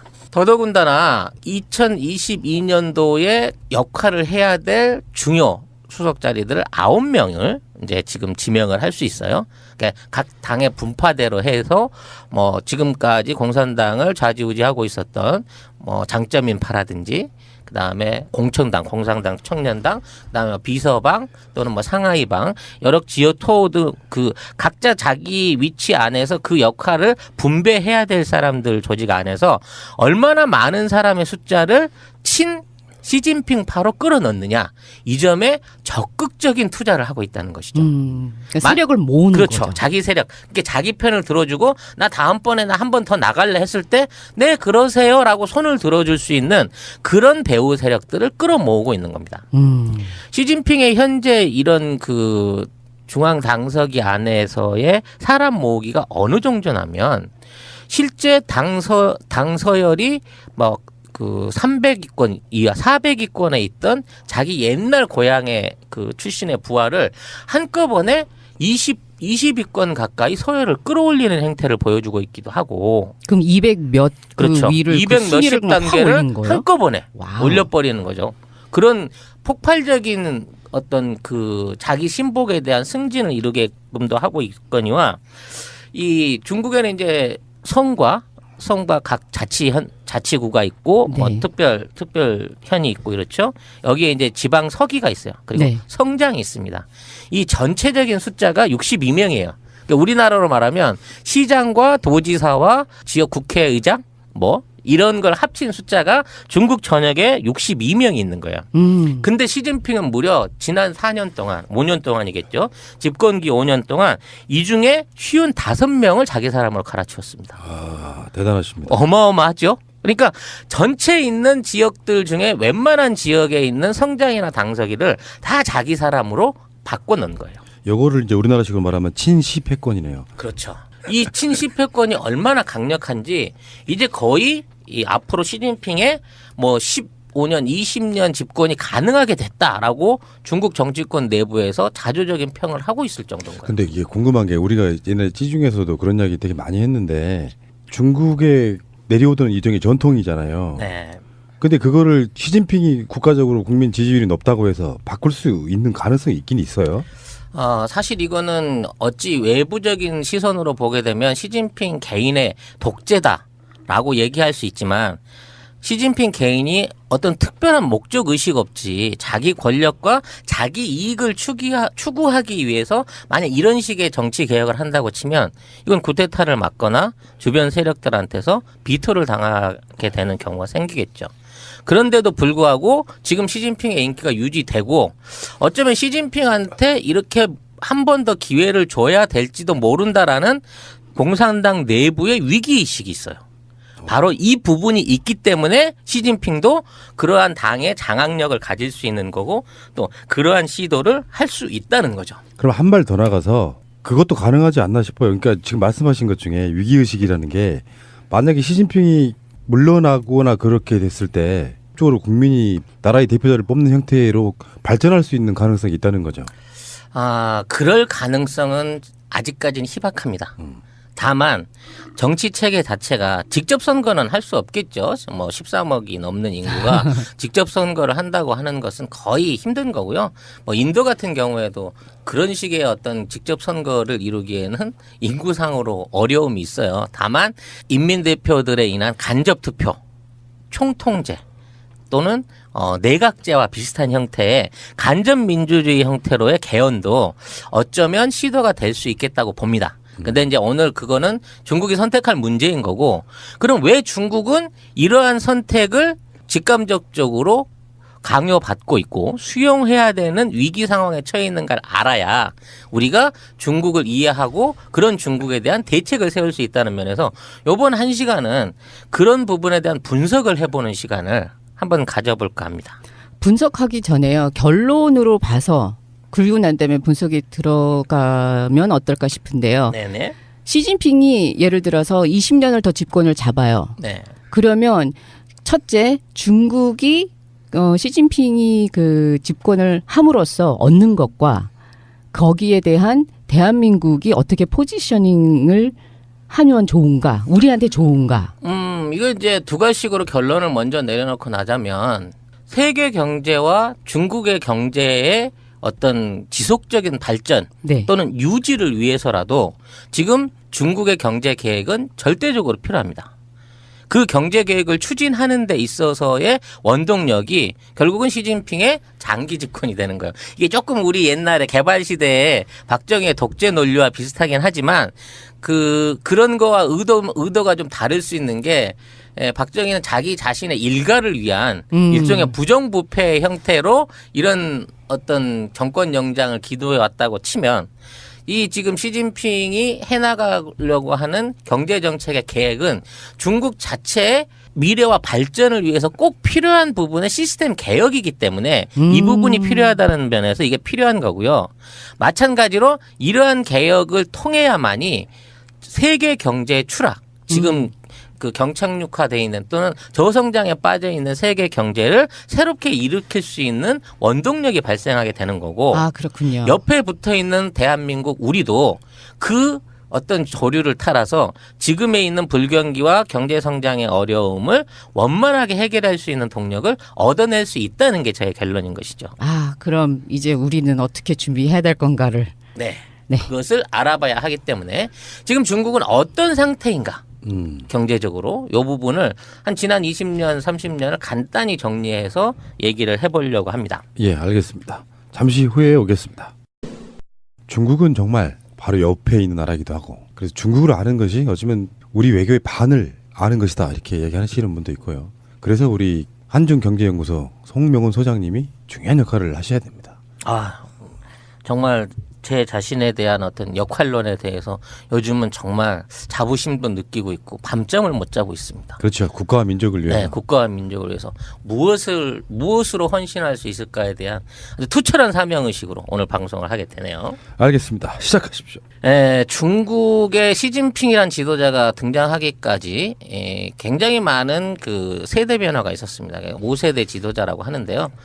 그 이전에 이제 모택동이 등장해서 중국의 경제를 중국의 개국을 도왔고 그걸 운영하는 과정에서 이제 경제 실패를 이뤘습니다. 그래서 세계 최빈국으로 중국이 이제 떨어지게 됐죠. 그래서 중국 인민들이 굶어 죽는 사태가 빈번해지자 약 5천만 명 이상이 굶어 죽었다고 해요. 중국은 개혁 개방에 어쩔 수 없이 나서게 됐고 등소평에 의해서 20년 동안의 개혁 개방 정책이 진행이 됩니다. 그러다가 민주화 요구가 강해지고 거기서 천안문 사태가 일어나게 되죠. 그 천안문 사태를 딛고 장쩌민이라고 하는 새로운 약 개방형 보수형 지도자가 등장을 하게 됩니다. 문제는 이 개방형 보수 지도자가 등장함으로 인해서 중국이 급속한 변화를 이루게 되는데요. 이 장쩌민에 대한 역사적 평가가 과연 어떻게 돼야 되는 부분에서부터 오늘의 이야기는 시작이 됩니다. 등소평이 애초에 그 개방 개혁을 시작했을 때의 목표는 흥묘백모론이었죠. 검은 고양이든 흰 고양이든 고양이만 잘 잡으면 되고 그 잡은 쥐를 인민들한테 어떻게 잘 나눠줄 수 있을 것인가. 그래서 앞으로 50년 안에 중국에 있는 모든 인민들이 잘 먹고 잘 살 수 있는 사회주의 국가를 만들겠다라는 게 개혁 개방의 목표였습니다.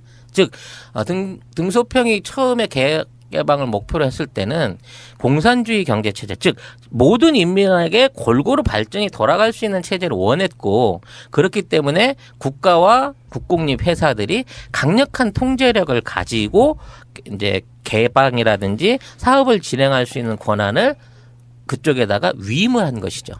왜냐하면 그렇게 국가가 주도해서 돈을 벌어야 인민들한테 낙수 효과로 나눠줄 수 있을 거라고 생각을 했던 겁니다. 그래서 그 당시에 등소평이 남겼던 어록 중에 그런 얘기가 있어요. 만일 20년 후에 자기가 스스로 내다본 것 같아. 중국의 억만장자가 등장한다고 하면 나의 개혁 개방은 실패한 것이다 라고 미리 선언을 했어요. 그게 무슨 얘기냐면 중국이 돈을 벌더라도 지금에 있는 자본주의 경제의 모양을 받아들여 갖고 부자만 부자 되고 가난한 사람이 가난해지는 형태, 즉 빈부의 격차가 커지는 형태의 경제 체제가 만들어져서는 중국이 망한다라고 20년 전에 이미 예언을 했던 거죠. 근데 장쩌민은 이 자기가 쥐고 있는 권력, 그러니까 사실 장쩌민도 천안문 사태에 의해서 그 사태를 이제 강제 진압하는 과정에서 군권을 먼저 이양을 받았고 그 후에 당서기를 이양받았던 만큼 준비 없이 갑자기 등장한 지도자였어요. 그렇기 때문에 경제적 부분 안에서의 참모가 부족했죠. 정책이 부족했기 때문에 이 모든 권한들을 나눠 가져버린 겁니다. 즉 무슨 얘기냐면 군권이라든지 권력의 핵심에 있는 사람들에게 대자본을 이용할 수 있고 외국과의 거래를 틀 수 있는 일종의 특혜를 양산함으로 인해서 거대한 공룡 같은 국영기업을 키웠고 그 국영기업이 발전하는 모든 수혜를 일부 경영자들 즉 권력의 배후 핵심들이 싹쓸이를 해간 거예요. 그래서 지금 중국의 경제를 만들어낸 3대 원인은 값싼 노동력이 있을 것이고요. 그리고 무제한 대의 정책금융이 있습니다. 그리고 커다란 내수 시장이 있었던 거죠. 즉 중국의 거대한 인구를 시장으로 바라본 외국의 자본들이 막 몰려 들어왔을 때 그 자본들을 받아들여서 국제적인 기업을 세우고 그 기업을 키워나가는 데 있어서 값싼 노동력과 어마어마한 정부의 무제한대의 금융 지원을 받아가지고 전 세계 유례가 없는 급속 성장하는 공룡 기업들을 키워낸 거예요. 그래서 중국의 100대 기업은 전 세계 글로벌 500대 기업 안에 다 들어갈 뿐만 아니라 중국이 만들어내는 수출의 95% 이상을 차지할 만큼 모든 권력이 일부 핵심 권력자들의 배후로 흘러들어가 버린 것이죠. 그러니까 그 당시에 장쩌민 시기에 엄청나게 발전을 하긴 했지만 이게 권력 있고 돈 있는 애들을 배불리는 말 그대로 굉장히 기형적인 형태의 경제 발전이 이루어지고 있었다는 겁니다. 이건 마치 우리나라가 70년대 이후에 매판 자본에 의한 재벌들이 모든 국가의 이익을 독점하던 것과 비슷한 케이스라고 볼 수 있는 거죠. 그래서 이 장쩌민은 이러한 권력과 금력으로 쌓여진 관계에 의해서 중국의 정치 권력들을 사실상 다 매수했습니다. 그래서 자기 10년을 이제 유지를 시켜야 되니까 자기 10년을 다 헤쳐먹고 남은 10년을 후진타오에게 넘겨줘야만 했을 때도 그 권력들을 정상적으로 승계해주지 않았어요. 그리고 그런 뭐 꼭 대기업이라고 할 수는 없지만 규모를 그 모든 기업들이 연관되어 있는 생산 규모와 어떤 산업 규모를 3분의 1을 줄여야 되는데 그들이 정치적으로 강력한 그 후원을 받고 있는 입장에서 과연 그걸 수용할 것이냐 이거죠. 내부적으로 엄청난 반발하지 않겠어요? 나 구조조정 안 할래. 나 공장 안 세울래. 나 이 사업 포기 못해. 라고 버티는 세력들이 나타나게 되는 겁니다. 그 대표적인 세력들이 장점인 정부에서부터 쭉 권력을 이어 내려오던 그동안의 군벌들 또는 상무위원들이 그런 사람이 되는 거죠. 그래서 시진핑은 철저한 철권 통치를 통해 가지고 아주 지속적인 숙청을 시작합니다. 즉 비리를 연고로 해가지고 그 비리와 연관됐던 사람들을 한 명씩 쳐내기 시작한 거예요. 근데 그 비리를 하나 쳐낼 때마다 거대한 국영 기업 또는 거대한 산업에 있는 파벌 하나가 우리로 말하면 재벌 집단 하나가 막 사라지기 시작하는 거예요. 군벌이었던 장군 하나를 잘라내는데 석유 사업이 한 전체 석유 사업 중에 한 20%를 차지하던 석유방이 사라져 버리는 것처럼 이 군벌들을 쳐내고 정치적인 숙청을 하는 과정 중에 그가 의도했던 공급 측의 개혁이 가능한 상태의 재벌 개혁 또는 기업 개혁, 구조 맞습니다. 조정이 진행이 될 수 있었던 거죠. 그렇죠. 왜냐하면 뉴 노멀이라는 것 자체가 시대 변화에 따라 새롭게 부상하는 표준을 뜻하는 거잖아요. 그래서 새로운 경제의 질서를 만들고자 하는 것 자체고 그렇죠. 이게 그 IT 거품 꺼진 이후 2003년도에 그 로저 맥님이 그러니까 로저 맥나미가 처음 사용을 오남이 오빠 같은 줄 알았어. 그러니까는 이분이 그 미국 벤처 투자가이시잖아요. 그렇죠. 네, 그래가지고 미래 세계의 위험 증가는 동시에 더 많은 기회를 창출이라고 예측을 하면서 이 용어를 그 유통을 시킨 거잖아요. 50대 50 또는 55% 이상을 차지하는 제조업 비중에서 10% 이상을 없애고 그걸 서비스업으로 전환한다. 그걸 무려 4, 5년 기간 안에 이뤄낸다고 하는 거는 이건 사실 어마어마한 엄청난 그 규모의 변화입니다. 어마어마하죠. 무려 노동 인구의 약 5%에 가까운 1억 명 이상의 사람들을 잘랐다가 새 직장을 구해줘야 되는 얘기인 거예요. 기존에 새롭게 1,000만 명씩 생겨나는 구인자를 빼고. 그러니까 엄청나게 많은 일자리가 필요한 거예요. 그동안 공장에 다니면서 이유 없이 철공소에 근무했거나 조선소에 근무했거나 화학공장에 근무했던 사람들 매년 2천만 명, 3천만 명에게 새로운 일자리를 만들어줘야만 이게 가능한 산업적인 변화였다는 거죠. 다른 나라는 이런 시도를 할 수가 없기 때문에 맞습니다. 대부분 뉴노멀의 가치는 알고 있었지만 그걸 성공적으로 바꿔내는데 실패했어요. 그렇죠. 예를 들어서 뭐 1930년도의 대공황 이후 정부의 역할이 확대되었던 게 사례가 있고 80년대 그 이후 규제 완화에 된 그 IT 기술, 그게 보통 그 학술에서는 뉴노멀 사례로 그 짚이는데요. 그때는 정말 인구가 이 정도도 아니었고 정말 단기간에 이런 어마어마한 그 시프트를 만드는 이 사례는 없었죠. 그래서 처음에 이제 신창타이 그러니까 뉴노멀을 들고 나온 중국이 꺼내놓은 하드가 2012년도에 인터넷 프레스였단 말이에요. 그러니까 인터넷 IT를 기준으로 한 인터넷 사업으로 그만한 시장과 일자리를 만들어내겠다고 선언을 한 거예요.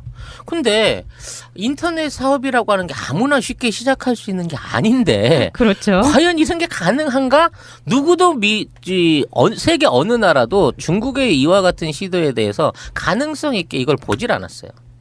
근데 막상 이렇게 시작한 인터넷 그 플러스 사업, 쉽게 말하면 IT 산업이죠. 근데 우리랑 달랐던 게 뭐냐면 모바일을 기본으로 했기 때문에 기본적으로 유선 인터넷이 주류를 이루고 있던 다른 나라에 비해서 크게 소비적인 추가 투자에 대한 부분이 많이 필요가 없었고, 자, 이런 그 인터넷을 통한 이제 물건에 대한 쇼핑, 그다음에 배송, 그리고 이와 연관되어 있는 각종 서비스 산업들이 본격화되는 속도가 엄청나게 빨랐다는 거예요.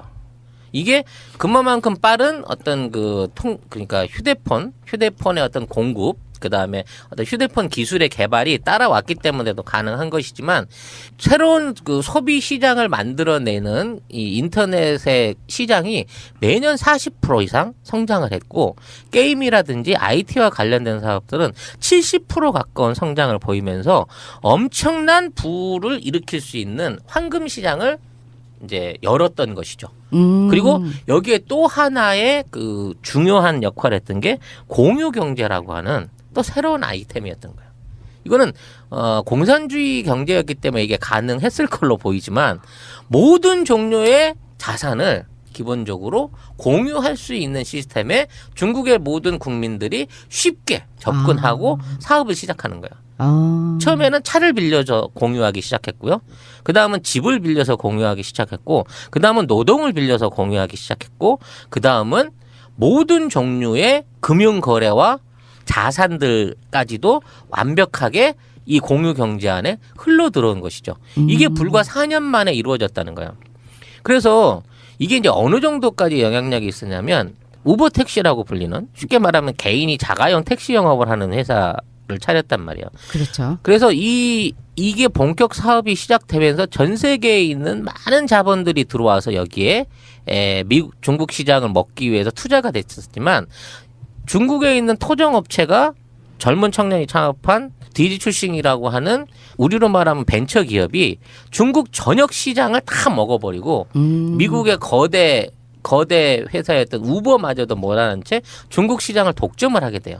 그리고 텐센트 같은 회사나 알리바바 같은 회사들이 인터넷 금융과 인터넷 쇼핑으로 전 세계 최고의 어떤 플랫폼과 매출액들을 갱신해 나가기 시작하고, 그런 모든 회사들이 폭발적인 성장을 하게 됩니다. 중국 안의 인터넷 인구는 기하급수적으로 늘어나고, 여기에 종사하는 사람들이 지속적으로 늘어나면서 연간 이 IT 산업 안에서만 5천만 개 이상의 새로운 일자리가 실제 창출이 돼요. 그리고 그 안에서 엄청난 신흥 부자들이 막 만들어지기 시작하는 거죠. 아, 시진핑이 그럼 시대를 잘 타고 난 거네요. 왜냐하면 보통 그 뉴노멀이라고 하면 보통 애널리스트들이 그 뉴노멀하고 감속이라고 보통 보거든요. 그래서 굉장히 부정적으로 보고 있는데, 시기적절하게 지금 그 테크놀로지도 기술도 기반이 돼 있으니까 짧은 시간에 빠르게 움직일 수 있는 그 기반을 만들어준 거죠. 우리가 여기서 이제 시사점으로 받아들여야 될 것은, 사실상 중국의 IT 기술을 전파하고 중국의 지금 모바일 기술을 비롯한 중국의 IT 산업의 기초가 됐던 플랫폼과 모델을 제공했던 나라가 우리나라였다는 거예요. 그렇죠. 맞죠. 네. 중국의 가장 핵심적인 그 IT 산업의 중요 자산, 위챗이라고 하는 거대한 SNS 메신저를 만들어내게 한 그 기록이 우리나라의 라이코스라든지 이런 데에서 만들어졌던 초창기 메신저 기술이 QQ 메신저로 자연스럽게 옮겨갔고, 그걸 통해서 QQ라고 하는 이제 인터넷 기반의 어떤 그 플랫폼들 자체가 무선화되기 시작하고, 그게 오늘날의 위챗이 됐단 말이에요. 그래서 그러한 기술들을 제공을 하고 그런 데서 선두적으로 앞서 나갔던 우리나라는 사실 그 발전이 10년 이상 정체가 돼버린 사이에 중국에게서 모든 모바일 표준을 이제는 다 뺏겨버렸어요. 특히 인터넷 금융이라든지 이제 인터넷을 통한 일종의 보안 시스템, 보안 솔루션, 그리고 통합적인 이제 인터넷 관리 등등 여러 가지 분야 안에서 지금 중국은 우리가 따라갈 수 없는 지경에